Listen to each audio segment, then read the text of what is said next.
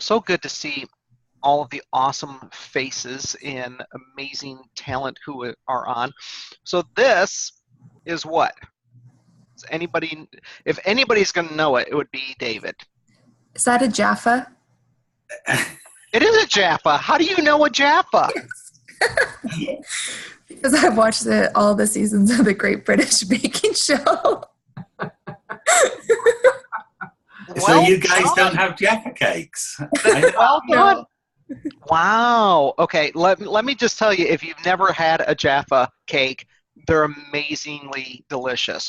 And so what does this have to do with the celebration? The celebration is when I was coming back from my last trip and I was running away from Bart because I just couldn't handle his level of awesomeness for a week.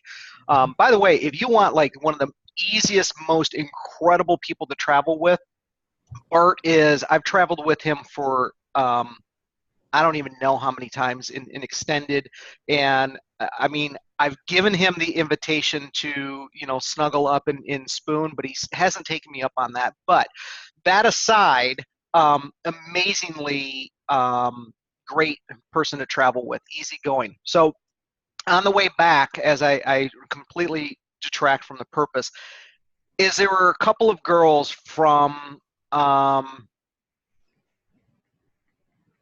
country, some Slavic country.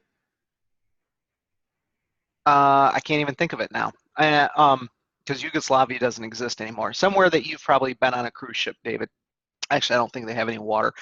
Anyway, they were lost at the airport, and I'm going to get around to this eventually. So they're lost at the airport trying to get to the train, high-speed rail that we have in Florida, and nobody's helping them.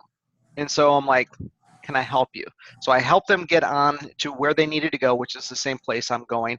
And as a gift of them being grateful, they gave me one of their boxes that they were going to give to somebody else of these Jaffa cakes. And I was like, these things are the bomb. Okay. So my celebration is it's really not that difficult to be nice and help people. Okay. So can I get a round of applause for myself today? Thank you. Thank you. Thanks for those sweet words. That was really nice. You got me blushing. All right. Who else has got a celebration today? Deborah, I'm going to celebrate Deborah for having the speaking her truth with empathy and compassion, saying, hey, David, your stuff is so freaking amazing. Could you give me a more? I mean, I don't know what that feels like for people to go, your stuff is so awesome. Can you give me more? They're like, yeah, I haven't gotten through your crap. It's like heavy. I don't know. So can I get a round of applause for both Deborah and David? That is awesome. Yes. I love it. Very cool. All right. Who else? You Deborah. did my celebration for me. No, I have a celebration. If I can get my dog off me. Last time, I guess the week before last, because I don't know if I was on last week, I said that, I was very grateful that I just put the link to where to buy those on Amazon, by the way, on the chat. I saw that. Everybody should go out and buy some Jaffa cakes, okay? I'm just saying. I think you should buy them for us all for Christmas, actually. There you go. Since I opened up to, embracing my publicist side of my business, I picked up 3 more clients to either redo their websites or do their PR or do their book release. And so starting in December, it's going to be crazy wonderful. And I'm very excited about it. I hear that. I hear the excitement. I love it. Well done. Very cool. And who would have thought that this is where the universe was guiding and taking you? Yeah, I also made 2 more book deals with publishers too last week. So, nice. Look at that. Nice, good week for you. Very nice. Yeah, absolutely. Twice. Very cool. All right. I love it. Who else? Oh, you have power back in California? Well, for the moment, PG&E is saying that's going to be the new norm. Every time the wind blows, they're going to shut us off. But I now have a full emergency kit like I had for hurricanes back east. So I'm prepared. Nice. Very good. All right, David, what you got? Hi. Oh, you have something more. Okay, yes. Massive celebration for me, Chad. My oldest daughter is 30 years of age. My medium daughter in the middle there is 23. And my youngest daughter on Sunday celebrates her 21st birthday. So that was a big target for me to get all the girls safely, comfortably, happily to the age of 21. And I will have achieved. And then you're like, I'm done. Day. Well, no, not quite. I'm done. In fact, maybe only just started. But 3 great kids, and the girls, the older 2 girls, had a nice present, shall we say, for their 21st birthday, and that's all been arranged for my 3rd daughter as well for her 21st. So, big goals done and completed, and one happy dad. Awesome. For one happy dad, I love it. And what a huge rite of passage, what a key distinction and milestone for you to have raised these 3 young girls to be strong and capable women. So that is awesome. I mean, who knows? Maybe they'll even come over to America and become capitalists someday. There's always that opportunity too. So that he was successful raising them. Well, I know he can send them over to me, and I'll just completely, give them bad morals and all kinds of bad behavior from Floridians. Yeah, no, that's got to be what a challenging job for any parent, and in today's world, that can be even more uniquely challenging. So to be able to do that not once but have the trifecta is awesome. So now over there, do you guys celebrate your 21st by just binge drinking to oblivion like they do here in the States? No, Chad, we don't. We do that at 18. Ah, that's right. Yes, you guys are more mature than us. Very nice. So she's already very well practiced and rehearsed at that. Thank you. Very good. Awesome. I knew I loved you guys for some reason. That's awesome.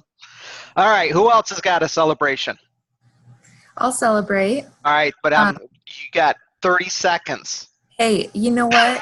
Your Jaffa Cake story was longer than 30 seconds. So it doesn't matter. I would just like to point out that, the tables have turned. You got 20 seconds. I don't believe you. Anyways, first of all, I'm celebrating actually knowing what that is because that's just so great. Some random fact, some random, whatever it is, cookie thing. I know what the name is. Anyways, I got to do a little video on Sunday for like a kind of a promo for me and coaching and stuff that I do and tying jiu-jitsu into it and all of that. And so just how that all came together so quickly, and hopefully we'll have a great product in the next few weeks. So yeah, I'm really excited about that. Awesome celebration indeed for an inspiring near future and being able to get that message out there. That is awesome. I love it. All right. Who else? There you go, Mr. Here's Al. It's rude to point your finger. Don't point your finger at me. No. It's just pressing the unmute button. I celebrate being on the call right now. I missed last week's call, and I really, really felt it. I had to be at some meetings, and I couldn't attend the call. But anytime I miss it, it definitely affects my mood the rest of the week. So I really celebrate being on the call right now. And I also celebrate the idea of every day always trying to say something positive to myself, because I definitely believe if you have a positive internal dialogue, even after 1 year, it really puts you in a different place. I've got a couple of friends who aren't aware of it, but they tell themselves something negative regularly, like maybe every day or every week. And then a year later, they're all depressed and they don't know why. So I celebrate not being like them. I love it. Let's hear it. That is spectacular. And that's realizing that sometimes you have to work. Sometimes you have to be present about how you want to show up. And that's just emotional intelligence at its best. Speaking of which, we definitely missed Al. We missed you last week because, and I say this tongue in cheek, but it cracks me up when we go through stuff. I love waiting for your questions in the angle, the way that you ask them. I'm like, crap, he's going to make me think. So you bring good quality discussion to the conversations, and I love the participation that you bring. And last week, I was like, all right, dude, I know that you'd have been like, wait a minute, I got a question about this. I'm like, where is he? It just felt, did it feel to you guys like just a little bit less without Al on? We were looking for our Waldo. So you better step up today, all right? I'm just going to say. With that, this is another celebration. This is a little by HeartMath. You put it on your ear. You all love my earlobes. These are my new earrings. And it's Bluetooth, and there's an app called Inner Balance. And my celebration is how many of you have seen somebody who gets really worked up, angry, and upset, and they think that it's because of the environment or somebody else or something external to them? Yeah, I've seen you do that. Yeah. Usually when it relates to you. But anyhow, so my son got really worked up about some things that we were working on. He's getting really angry and just, pissed. And I said, well, do you want to stop doing that? I don't know how to do that. So I gave him this thing and put it on, and I showed him, and it can literally read your brain waves in your HRV. And I didn't explain what it was. It is all erratic and doing this crap, right? And I said, now all I want you to do is focus on this piece and watch as the center is expanding and contracting, and breathe with that. And sure enough, you see all of this erratic just start going into a synchronization of coherence. And I said, how does it feel? And then it starts doing this. He got pissed that it worked. But my wife Janet was really amazed, and he was like, I can control how I want to feel. And that insight, kind of tying to you, David, is those are the gifts that we want to give to our kids. The ability for them to be able to learn how to manage themselves. That it isn't the environment, it isn't external. Happiness is an inside job, as Abraham Lincoln would say. So that is another celebration that I want to put out there. That and to go with yours, Al, is every day I'm up to almost like 45 minutes in meditation and devotion and prayer and doing this to get that coherence. And the difference is night and day. So I applaud that you do that every day. So, all right. John, can I just ask you a quick question there? Have you got the name of that machine again, please? Yes, I do. They're called Jaffa Cakes. Put the link on chat. I guess they work just as well. Yeah, exactly. HeartMath is the company, and I will put that on. It's actually EM Wave is the name of the company, but if you look for HeartMath, HeartMath, there we go, heartmath.com, and this one is called Inner Balance. So I have the previous version, which is this one that goes computer-based, but when you're mobile, carrying a computer and having to do it isn't always practical today. So I like that this one is Bluetooth and I can do it on my mobile devices and all that good stuff. So check it out. Can I add something to that? Is that Bert? Yeah, it's me. We can't see you, dude, so you don't exist. I'm going to mute you. Why don't you show you? Well, so then you're going to lose out something valuable. I'm trying to give you a compliment here. But oh, please go ahead. I can be quiet. Would you rather me be quiet? No. No, my video is optionally off. So you stated the other day to us, who is it that you're being, for 2020, and that really resonated intently with me. And so the focus has been, and based on what you just shared with right now, is I've got my 100 right now. And my 100 is 100 minutes every day where it's specifically focused for me to be operational at 100% by doing the things that you just talked about. And so as long as I do my 100 every day and it's spread throughout the day, so like this morning, I kind of stayed in bed, laid in bed a half an hour longer, but it was for two purposes. As an example, 30 minutes, just resting, but also sort of like meditating, just being still. And so there's 30 minutes of my 100 that I've already accomplished. Part of the 100 is my workout, whether it's 25 minutes, 30 minutes, going in nature. So it's a combination of all the things. If I commit to that 100 every single day, including the meditation, then I know that I'm going to be operational 100%. And being that person, as you stated, who are we being for that success in 2020? So I want to thank you for that insight. I appreciate you. Awesome. Let's hear it. I love it. Very cool indeed. And hold on one second, Al, just so that you guys can see.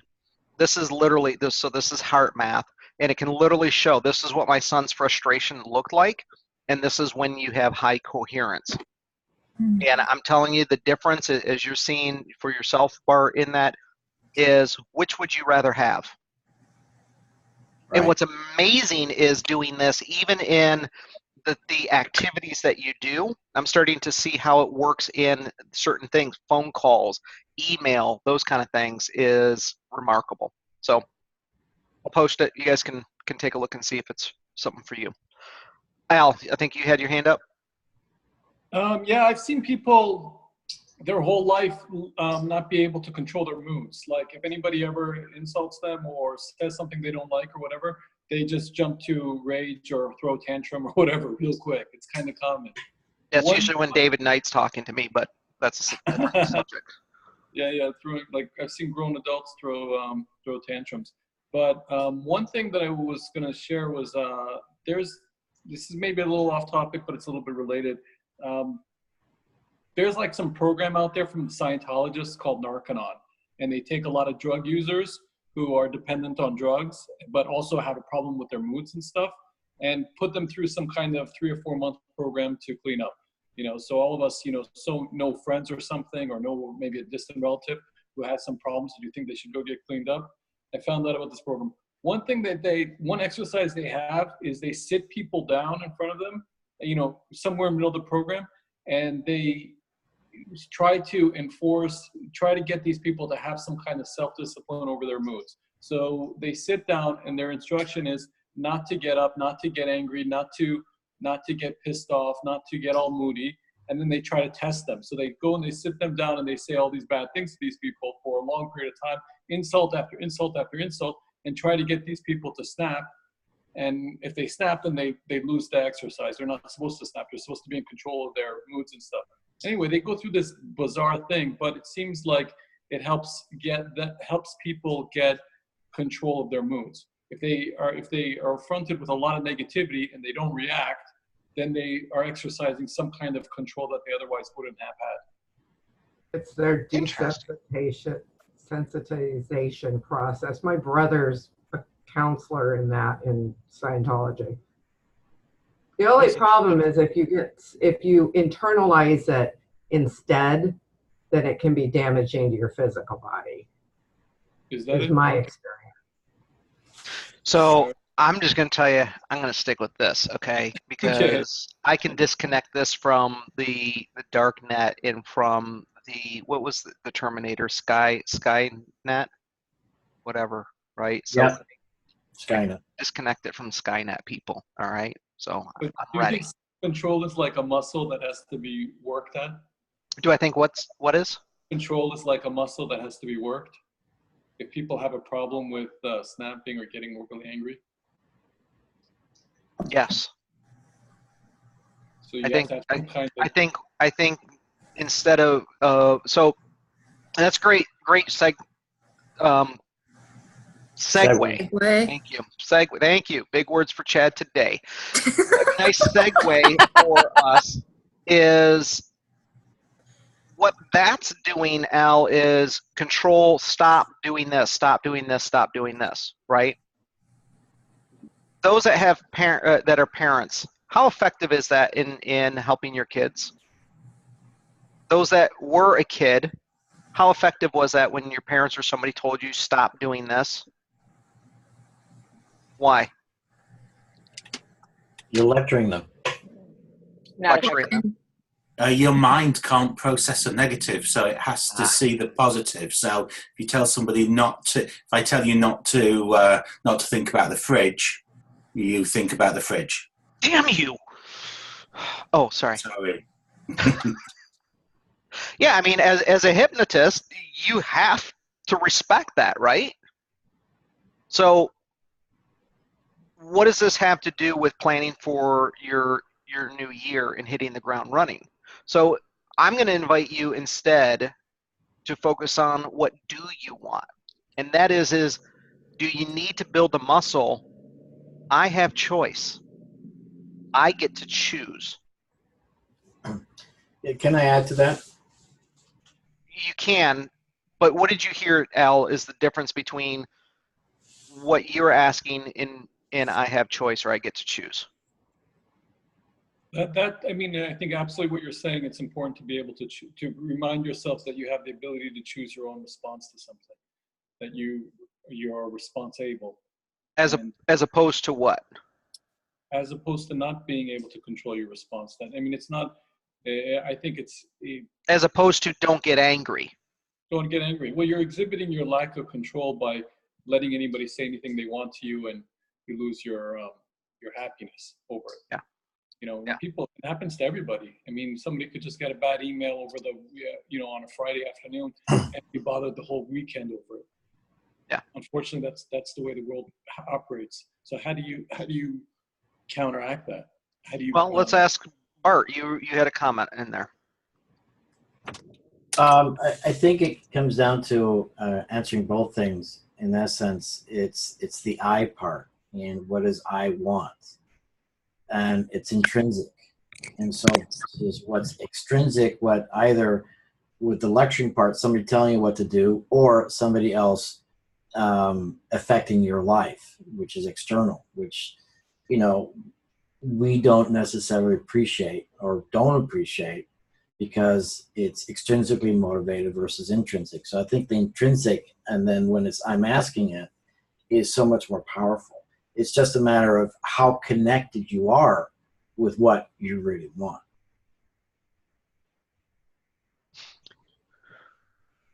So, Okay, that's good. So you're saying have an internal compass to guide you, and not let the outside world influence your mood. As easy. I would say be selective on what you allow the external world to influence your world. Is there any question that the external world influences us? So, what's hilarious in could have been tragic, but I find absolutely hilarious.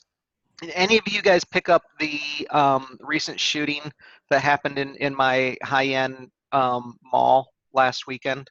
No. There was no shooting. SWAT was called out. Al, you live south of me, so I don't know if you've ever been to Town Center in Boca Raton, but we've got Rolls Royces and Lamborghinis and crap in the mall, right? It's ridiculous. I think there's 2 Louis Vuitton stores in there. So they have SWAT. They lock the place down. They bring in DEA SWAT through this. The media coverage for days is all over this. It was a maintenance worker on a cleaning machine that ran over a balloon and popped a balloon. Yeah. Now, there's all kinds of stuff we could go into on that. But what do you think the moment that happened, the choice that people made? Well, it's an automatic fight or flight. How do you think it influenced people, though? Because I was watching football. I was actually watching my Packers play, and this banner comes across the bottom. And my sister texted me, "Are you guys okay?" I'm like, "Yeah." But how many people are drawn to the drama and then the Facebook posts from people that were like, I was there at it as it happened, and you would have thought that they were in Vietnam or like, you know, in an ambush or something. I was like, okay. Yeah, but if you think about it, that you know that we have now in this society in the United States gone into such a fear mode that instead of stopping to first identify what it is and then checking in to decide whether or not the fear is accurate or not, we're skipping those steps and just going straight to fear. Oh my God. And then it just waterfalls over everybody else that's there. There's no choice anymore. The media and everything and these mass shootings have pulled us away from that. So we're skipping the parts of our brain. I'm watching Christine. She's thinking the same thing, right? Well, so when I get the banner, I jump on. I'm like, okay, what's going on? They get this, you know, live police, and the police chief's like, we're not commenting on social media posts. We don't have an understanding of what the situation is. We'll let you know. I'm like, fine. I turned it off. Why? Because I don't have any information at that point. I just found out today. This is like, what, 5 days later? So how are you allowing that to influence you? The fact that I didn't hear about it when it wasn't all that it was cracked up to be, let it go. But how many of us then pursue and continue to focus and magnify, and then what does that do to our coherence? Bart, on the other hand, Al, on the other hand, are choosing how do they want to set their stage each day. So here's my invitation for the conversation today. What does this have to do with setting up your new year for success? The question is, in this, that transition was, fine, if I don't want this, then we have a big gaping hole in the human condition. If I'm a non-smoker, as an example, is a good analogy, and maybe David can help us here, is if I say I'm not this, here's my identity, and I'm not this, do I now have a big empty hole? What does the human condition have to do with that hole? Fill it up. Fill it. Has to fill it. If I don't have something healthy to fill it with, what am I going to fill it with? Smoker. Whatever's easy. The identity that I had, whatever bad habit, whatever bad choices, whatever anger, whatever those characteristics are going to go back into filling that hole. So the conversation that we've been having, and Al, you missed last week, was amazing, mind-blowing. I'm not going to post it. Sorry you missed it. But it was incredible. What it was about, it's already out there, I think, was we have be, do, what's the last piece? Become. Become. Yeah. So who do you want to become by the end of next year, December 31st of 2020? Who do you want to become? When Bart and I went down to St. John in the Virgin Islands, I took days to sit down and say, who do I want to become by the age of 70? Because if I look out 20 years from now at that point, I can reverse engineer and say, what do I need to do and who do I need to be?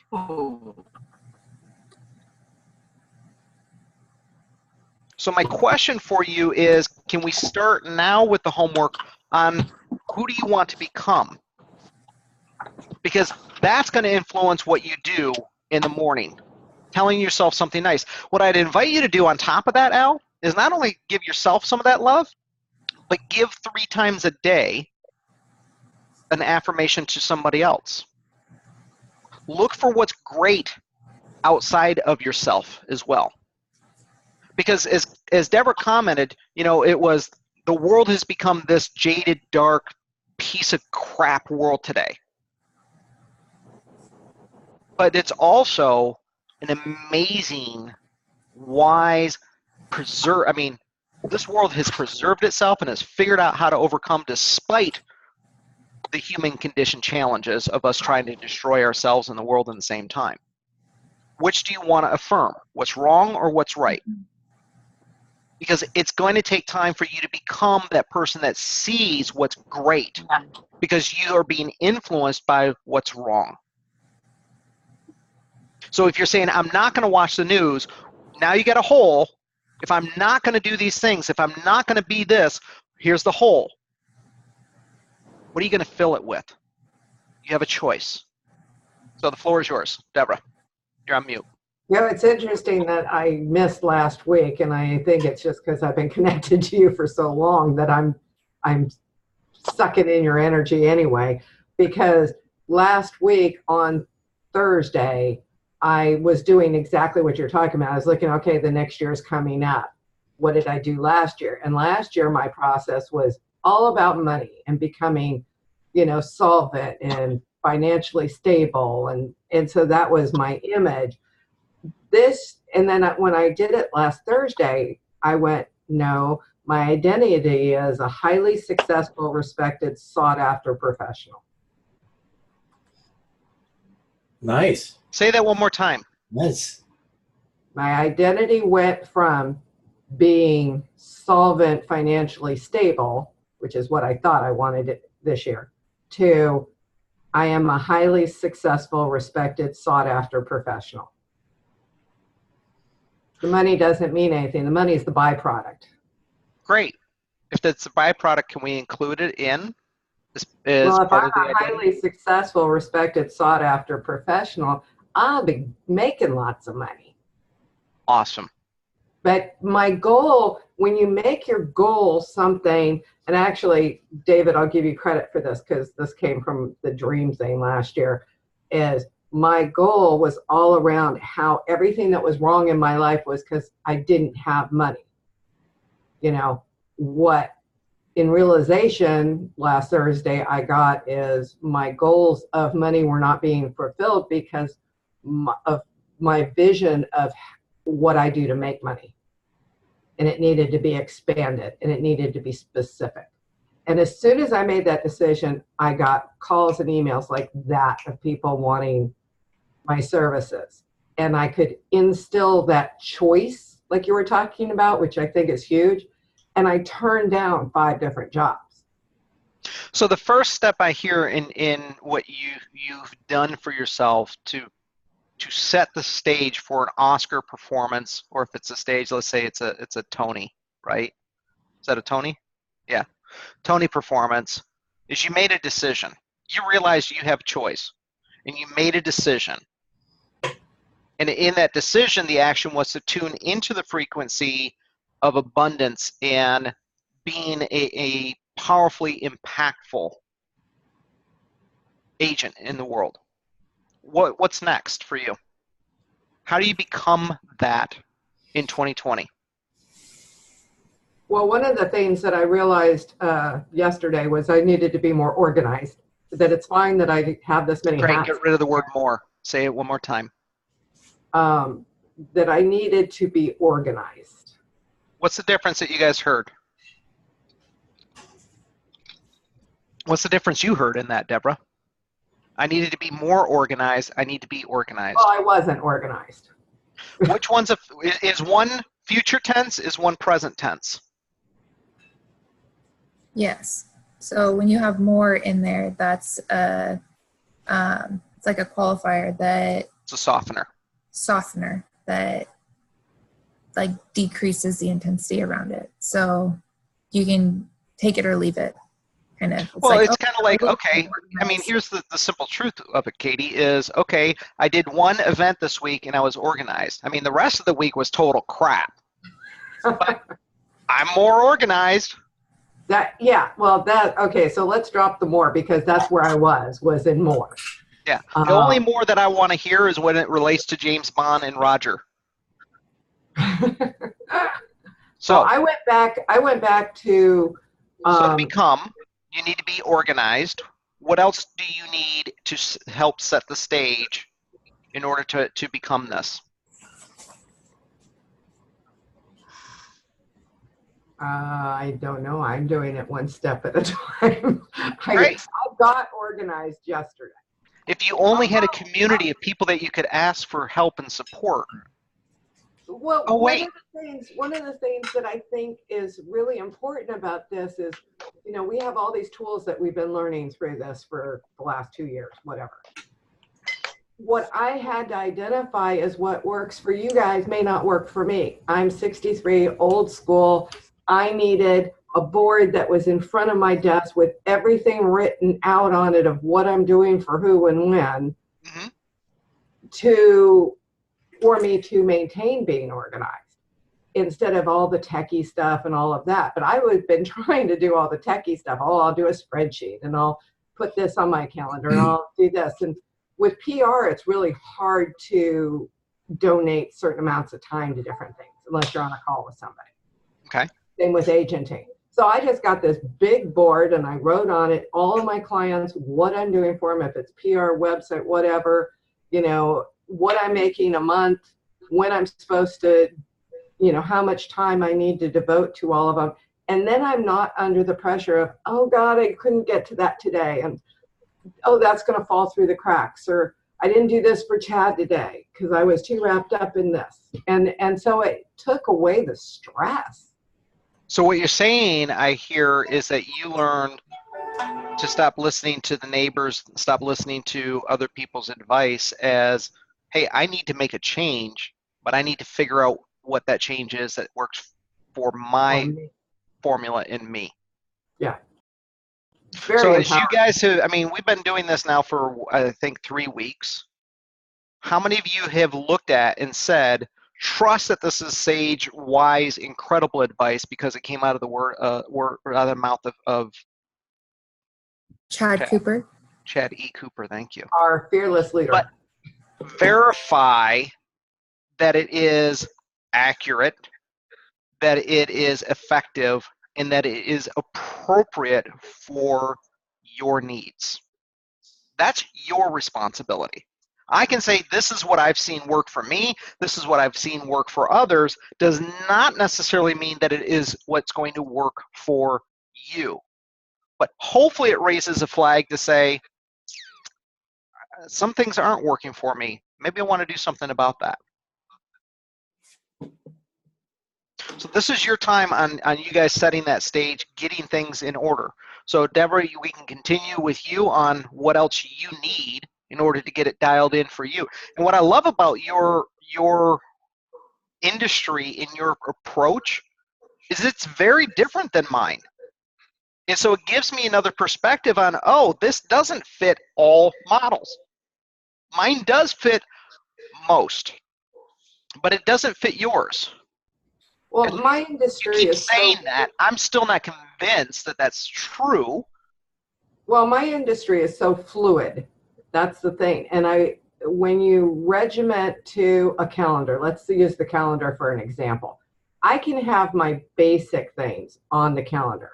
But when it comes to what I was fighting for the last 4 or 5 months was trying to, okay, I'm going to do agenting in this amount of time. I'll work on websites in this amount of time. I'll do this. And it just doesn't work because my business is so fluid, you know, and, you know, while I was on the thing, I got a call from a client who couldn't get on a radio show, you know, when you've been there too, and you have to stop whatever you're doing. So instead of trying to put the round peg in the square hole, I just found the right size. And it's just, you know, if I'm working on a website, I get interrupted, it's no big deal. Now I don't stress it. I just go, oh, I'll get back to that. Let me save. You know, when the power goes out and you've got deadlines, which I had a lot of deadlines yesterday, I just downloaded all the apps to my phone. It was like, there's other ways to do it. You have to be as fluid as whatever you're in. And mine just happens to be incredibly fluid, but I don't have to stress it now. I just, you know, if you call and you can't get on a show and I couldn't get to my calendar, I'm like, go to your calendar. You can do this, you know? So, you know, what's interesting about that is if we try to apply some of my principles, some of the principles that I've gotten from other mentors and people that have taught me some of these things, they actually wouldn't fit so well in a Spanish culture. Barcelona, maybe. Outside of Barcelona, not so well. Because Spain is kind of like, I'm not making plans for this weekend. Got to live in the moment. It's not their culture. But try to do that in a German culture, and you're going to get a very different response. So it is about understanding the culture of who you immerse yourself and do business with and surround yourself with, okay? So you have to figure out how do you adapt it, and then share it. Don't be greedy. Share it with us. That way I can make more money and say it was my genius idea. Well, All right, what else? I think when you get, at least for me, when All right, I'm going to pause you. What is it that you're trying to overcome? What is the gap that you're trying to fix? I overcame confusion. Okay. Because that's You have where a plan on how you're going to use the next 2 months to really get a crystal clear plan so that that identity becomes exactly who you desire to be. Yes. Awesome. Okay, who else then? She's like, I didn't get to tell my story.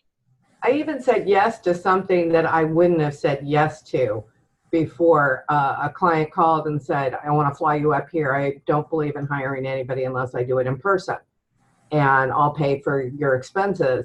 And normally I'd say, oh no, we can do it on Zoom or whatever, because my own personal insecurities. And I went, okay, you buy, I fly. There you go. So another powerful example of when we have a powerful identity to replace and fill that gap, it can change our lives. All right, who else is having challenges, opportunities, looking for support in setting the stage for a new year success? And don't just speak because you're uncomfortable with the silence. Al. So Here it comes. Today you want to talk about how to set the stage to have a successful new year, 2020. That's the topic you want to talk about today. So it's October, yes. And we should be planning what we want to be doing in 2020. What year we want. We should be getting our planning together so that we hit the ground running full speed when the starting gun goes off New Year's Eve. Okay, so here's 2 quick questions. One is, I think I recall you in the past saying you don't watch the news. Is that still true? That you try Correct. To stay away from the news?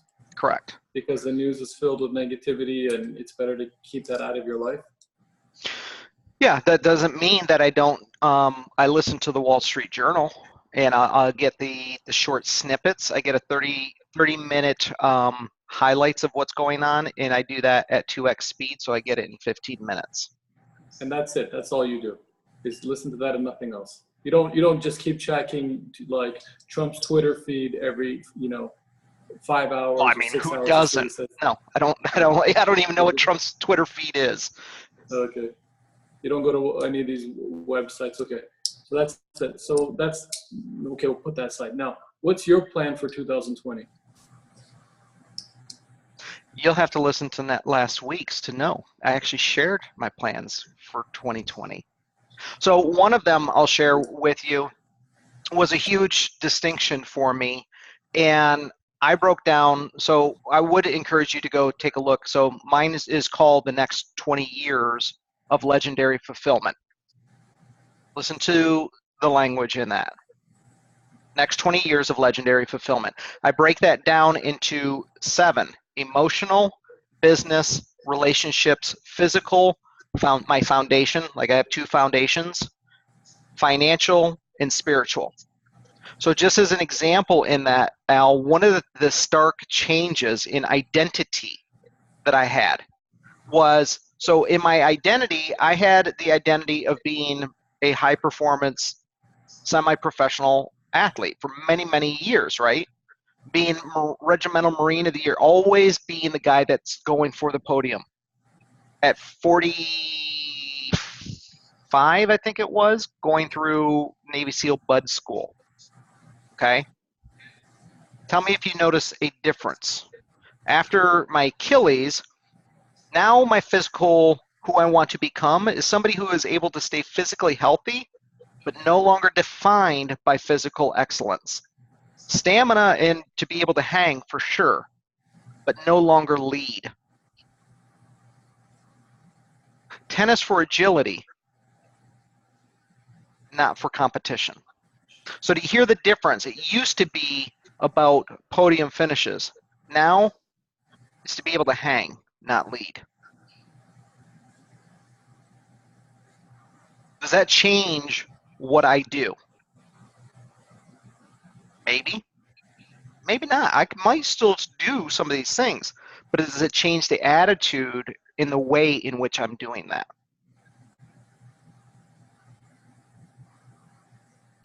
Don't you think that some of the shift, because I've gone through the physical thing too, is now I feel like when I do it, I'm doing it for me, not for what other Definitely your people think. intention.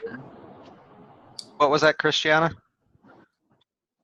I think she said it was about setting your intention. Okay. So they were always so one of the things that I noted, I was on with a professional athlete yesterday, Deborah. All right, we're just going to mute that. Sounds like we got a bad connection, but I'm going to mute Christiana because it is terrible. I feel terrible doing that. So it's interesting that you say that, Deborah, because yesterday I was on with a gold medalist Olympian, very well known, highly regarded, and highly sought after coach today. And he goes, so let me ask you, do you have like a bunch of stickers on your vehicles? Do you have, you know, like the 26.2 or the 100 and whatever Ironman distance is, 100 and something? That'd be 120, 130 point something. Anyway, you know, and I said, I don't have any bumper stickers. I don't have any stickers whatsoever on my vehicles because I never did those things as a way to seek either people's approval, judgment, or rejection of me. I didn't do them to be defined by other people's opinions. I did them to see, am I able to achieve my own standards? So I don't need something on my bumper sticker to have somebody go, oh man, you're badass. It's like, I know what I'm capable of. And I don't need to share that with anybody. If you ask, I'm happy to do it, but I don't need to be narcissistic about it. Can be narcissistic about other things. A lot of people do it for that reason. You're special. Exact. Well, no, I just, you know, go be an elected official for 10 years. Go be a principal at a high school for 10 years and watch people look for what's wrong, looking for how to judge you and tell you. You get to a point, and thank God I finally found it. But it took me a long journey to get there, is to define myself by how much I love myself. Accomplishments and challenges, right? Gifts and quirks. And so it's not about the getting other people's approval. That would be like miserable if I saw you guys doing that for 2020. It's about being able to say my standards are still high, but are now different.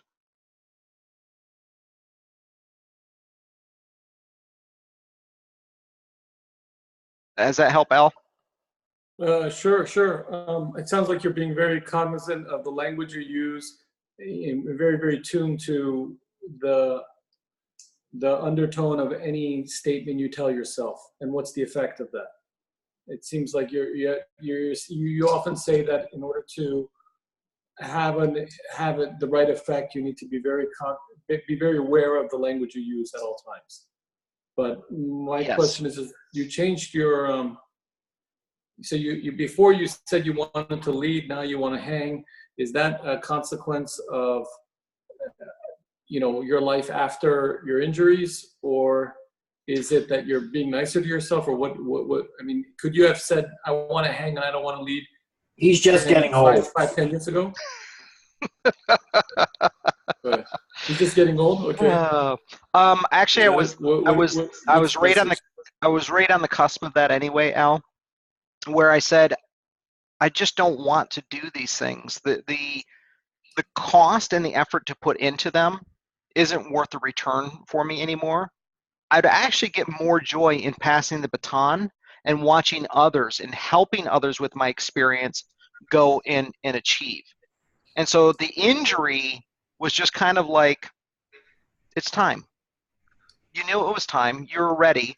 So there was no fight, there was no depression, there wasn't any, oh, my life is over, because I'd already, this is the hole, people, the gap. This is who I was. Injury happened, and I went, I've already been building the next identity. Because now, instead of being the athlete, the guy that's out on the track performing, now I can be the coach. Now I can be the cheerleader of others that are in the game. Can I add to that?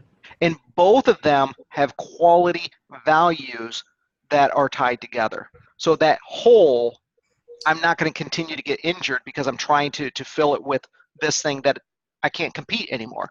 I just can't. Bert. But what's interesting too, Alan, I think for all of us, is to recognize what the cycles of life. And there's a really interesting cycle, and it's a 7 to 10 year cycle. It's not just a 7-year itch. It is that we seem to accomplish missions within 7 to 10 years and then get ready for the next one. And it's as long as we get to recognize that, and it just keeps on shifting. So throughout life, you're changing a mission, you accomplish a mission, and then you go to the next one. And so basically, I've discovered the same thing with Chad is the priorities just simply change. And the hardest part is letting go of the last mission, going to the next one. That's a zone of absolute confusion, like what the hell am I going to do next? But the truth is that when you recognize what you value, what your value is and what you value, and then start transcending into the new mission, then we get to be on the right track. So it's really powerful. Thank you, Bart, for that, because what I want to add to that, Al, is this was an athlete in being a leader in the athletic world, right? Being a high performance athlete. This as a coach, and to be really transparent and vulnerable, is that goal at age 70 to become a sought after wisdom leader. That's who I want to become. And I say that with like this, I can't believe I say that out loud, because my family looks at it and goes, you're an idiot. We know who you are. We know all the stupid crap that you do. You guys see all the stupid crap that I say, and hopefully don't take any of it seriously. But what's the tie between the two? The value and the quality of leadership. See, I never got rid of and let go of the values that allow me to become somebody that lives by my own standards. I simply shifted the vehicle that allows me to actually become that. The doing. So instead of being the guy that's on the podium, now I'm the guy that's behind the person that's on the podium saying, I hope I helped you reach your potential and fulfillment. And as part of that is also going and saying, I need to now go spend time, as Bart was saying, that 7 to 10 years is to go and look at other guides, other people, and saying, what did their training consist of? How did they become guided?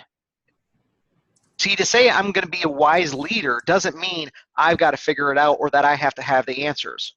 It's the ability to be meek and humble enough to say, I don't know, but I think I know some people who do.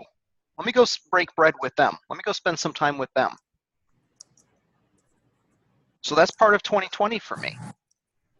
And I think what you do for us is you're allowing us to see all the things that we could look into. I mean, you're giving us a lot of directions, a lot of choices. And for me, that's enormous. I mean, besides, the insights about, my behavior, which I know you challenge all the time. We don't have time for that. But the resources, I mean, it's incredible just, and the directions that we get, at least I get from you, is just awesome. And I thank you. Yeah, I mean, thank you, Bert. And this is somebody that some of you guys know. This is an incredible book. Thank you, Katie. The Wolf That Wins. And this is from a very close, dear friend of mine that is about the man's journey to manhood, a rite of passage. So this is somebody that I go and enjoy with, but he's written a book and I'm like, I can learn from him. He can learn from me. So what do you need to do for 2020 between now and then to line up? Who are some people I can go sit with? Who are some people I can learn, and in exchange maybe I can contribute to them as well? So that you're going for that Tony Award at the end of 2020. Parting thoughts, questions? Yes. So I think your message is sometimes changing your identity can be a little bit scary, but it's necessary. And you can still, achieve your goals, but possibly in a different way. And people should remember that. That sometimes you need to change your identity to grow or to keep moving forward. That's the clear message. That's Yeah, one I message. guess. Yeah, I guess for now, my current belief is change is inevitable. Growth is optional. Okay. But you're right, Al, because for change to happen, it's only going to happen when we do change our identity. It doesn't mean that a past identity was wrong. It's just not the identity that you're going to need moving forward. Just like Chad was saying, I mean, he was a world-class athlete to begin with. That's the old identity. Now he's going to be a wisdom leader, and inherent in all of us are our old identities, the good and the bad ones. But it's what Chad is saying, what we become. Well, that's your identity, and that's a choice you make to get the results that you want. Yeah, and I guess that's one of the benefits that I have, Al, is a slight tweak on that is the Marine Corps motto is once a Marine, always a Marine. Mm-hmm. It doesn't mean that I abandon that I'm no longer. Right. It means there's some characteristics that translate really well into the civilian world, and there's other characteristics and qualities as a Marine that don't work well in the civilian world. Get rid of those. They aren't going to serve me. So while I can say I'm a Marine and always will be, you can't take that away from a Marine. Once a Marine, always a Marine. It's the only branch in the entire world that can say that. I am a Marine and that much more today. Right. It's kind of like, whatever your favorite car was that you had, you're always going to have fond memories. But maybe it's time for a new vehicle. Maybe you like that new car smell. And I don't want to add any kind of negativity to what you just said, but I used to believe that if people who believe the same thing all the time or continuously and aren't open to making any changes, that's a little bit of the definition of stupidity. I mean, that's Yeah, what, a great friend of mine, Mark, says, how do you recognize stupidity? The sound is, oh, I already know that. Right. yeah. That's his definition of how you recognize stupidity. So when you hear, oh, I already know that. Okay, this person's not willing to empty their cup to what might be new. Right. And Al, Christiana, because of verbiage, I mean. wait a minute, does Christiana actually have audio? Yes, I got in my house, so I'm not in my car. Yes, what I wanted to say is when we create that new identity and we're giving up the old identity, there's that lag between who you once were and what you are intending to be, and then that gap, right? And that's where we get freaked out in the middle of pushing against that gap, because you're not the wisdom leader yet, and you're moving from here to there. And what I love about these 2 months that you're really taking advantage of is that we're starting to give space for that identity to start moving, because I think the biggest challenge I've seen is when people start on day one, they expect to be completely ready to go on day one, but there's that gap that has to be accommodated for. So at least if we start now, we're like on training wheels on where we're going versus just starting on a 10-speed kind of thing. Yeah, I mean, for me, Al, it was going down to the islands and just being still to begin with. Because what do you think in come January 1st? It's gotta go do. Yep. Well, before you go do, be still and ask who are you being. Yeah. And that's the path of all great philosophers and great success people, is they take the time to be still, whether it's just walking in nature or just walking and figuring that out, just letting it happen. In fact, if you watch, there's a great, I think it's 3 of them, Inside the Mind of Bill Gates. It's on Netflix right now, and it's really, it's a great piece that they did, and you will see a ton of what Bill Gates now does. He has a voracious appetite. Like, he can read an entire novel in about 3 hours, I think, 2 hours. He reads at an unbelievable rate and has a like 98% retention rate. Dude's a freak show that way. Wow. But he Wow. has time. So, I mean, he's got some natural talents, right? But he goes away and has time to just think. And that was a gift that he got from Warren Buffett, that he attributes to Warren Buffett. But look at the habits of who Bill Gates is right now and how he structures. They give you the complete insight of basically how he does his day. And oh, by the way, you can also see how he structures his calendar. Might be similar to maybe another philosophy or somebody else out there. Okay. Oh, I wonder who. Yeah, I do too. All right. Hey, Pat, Anything else that you guys? Yeah, I'm here as long as you guys need. Yes. one quick question. So you get the Wall Street Journal. You say you listen to it. I didn't see a digital form of the audio. How do you get that? On Audible. It's included in my Audible membership. Okay. Awesome. I think you have to subscribe to it or something, but it's in there. I can help you with that. Okay. All right. Take the time. Start with, if it's just going and being still, sitting at a beach, going into the woods, going to a nice corner in a library, whatever that is, find the formula that works and complements your style and your need, and start setting the stage to open the curtains in 2020 to an amazing performance that people would look at that and go, that's legendary. Until then, I'll see you all next week. Nice work. Thank y'all. Awesome.